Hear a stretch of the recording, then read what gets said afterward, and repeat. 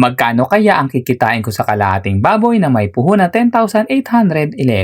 Ngayong araw nga pala na Lunes, kalahating baboy lang po ibibenta ko. At maaga nga pala ang nakarating ng pwesto kasi konti lang po nagpapakatay pag araw po ng Lunes. At ito nga palang pork chop natin ititinda ngayon medyo putla po. Kung makikita nyo, putla po yung kalahating laman niya. Minsan talaga di po naiiwasan yan sa quality ng baboy na nakukuha natin. Tanto kasi nagtutubig po yan kapag nakadisplay na po. At ang unang benaman natin, binili po sa amin yan po sa halagang 100 pesos. At pangalawang customer naman po, laman po binili sa amin. Ito naman po ay pang dinuguan. At ang laman na binili ng customer ay nagkakalaga po na 150 pesos. Dahil nga wala pa masyadong bumibili sa amin, nakapaggiling po ako na maaga pa lang.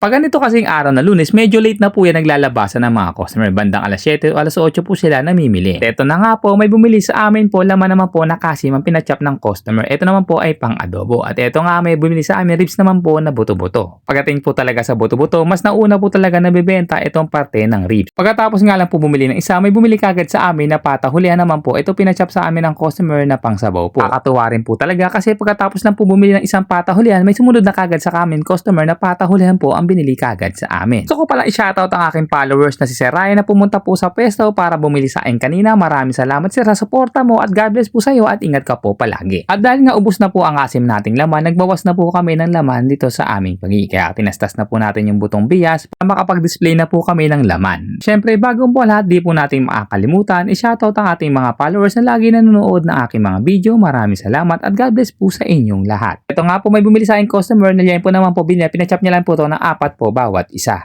At gusto ko pala magpasalamat dito kay ma'am kasi napakadami po binili sa amin. Ma'am, bumili nga po siya ng pataunan, liempo po, pati po pork chop, pati po laman po na pinagiling niya. Kaya maraming salamat po ma'am sa pagbili mo kaninang umaga. Kaya nagpapasalamat din po talaga ako sa buong may kapal laging paggabay sa araw-araw naming pagtitinda. At dahil wala na nga po tayong giniling ngayong araw, ito pong si ma'am bumili lang po ng laman at pinagiling na lang po sa amin. Pwede naman po yan basta nag-request po si customer. Kalis nga lang po na isang customer, bumili kagad sa amin. Ito naman po binili sa amin ng po pork chop po ng customer. Kaya kung makikita yun po ang display natin ngayong araw bandang alas 9 ng umaga, ito lang po laman ng ating tray. At ito nga yung laman natin at pork chop po binili rin po ni customer.